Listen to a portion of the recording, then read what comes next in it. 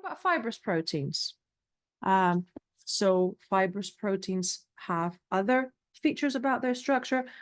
They've got a regular repetitive sequences usually. They're usually also insoluble in water. So repetitive sequences mean that there might be the same 2 or 3 amino acids repeated regularly. They're insoluble in water in the sense that they may contain amino acids that are hydrophobic in nature. And so they will not easily be dissolvable in water. They will usually have these fibers, and fibrous proteins will almost always have a structural role. So globular proteins, enzymes, hormones, fibrous proteins, structural. Their primary structure is a long unbranched chain.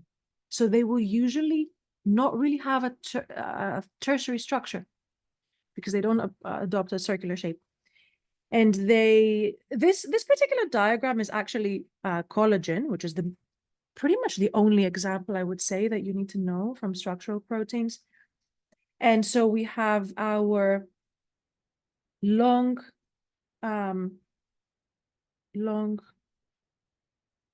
unbranched chain. Sometimes the pen is not cooperating with me.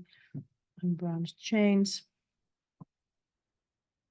And they tightly wind between each other.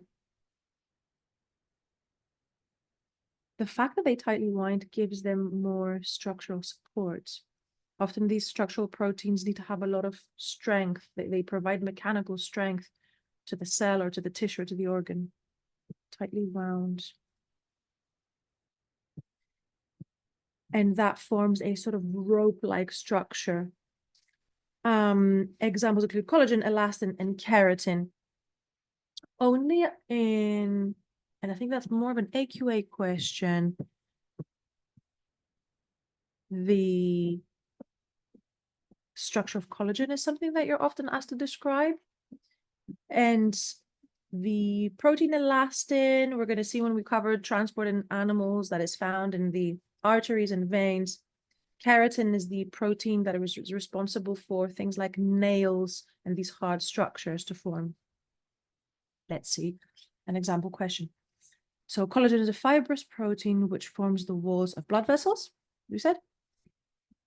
We're going to see in the structure of blood vessels that they have a layer of collagen and then another layer of elastin. Don't worry about that quite yet.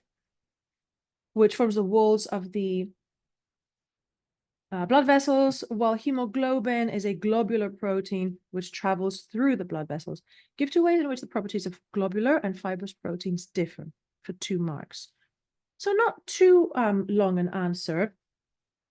So what is our again, always breaking down the question. When you've practiced this enough, it's going to become almost second nature. But I would literally go through the motions because you might really see the question in a different light. So what is our context here? This entire first sentence is our context. It tells us which part of the specification.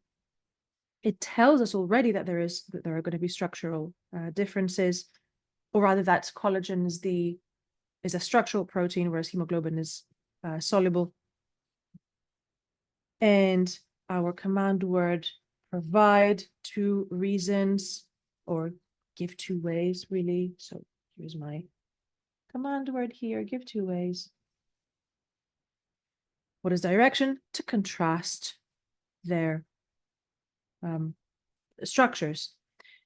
The word contrast is not said as a command word in this question. However, it basically means the same thing. How do the proteins differ? So you contrast them. Globular proteins are almost spherical. That's 1 mark. And soluble in water. Sorry, that's the whole sentence is the 1 mark. Soluble in water. While, and often using that kind of comparative language is important, and they look for that in the mark scheme. While fibrous proteins form strong fibers and are insoluble in water. 2 marks. Simple. we are contrasting the properties here, right? So don't be tempted to talk about their function or anything like that. So just one sec. I think that the light switched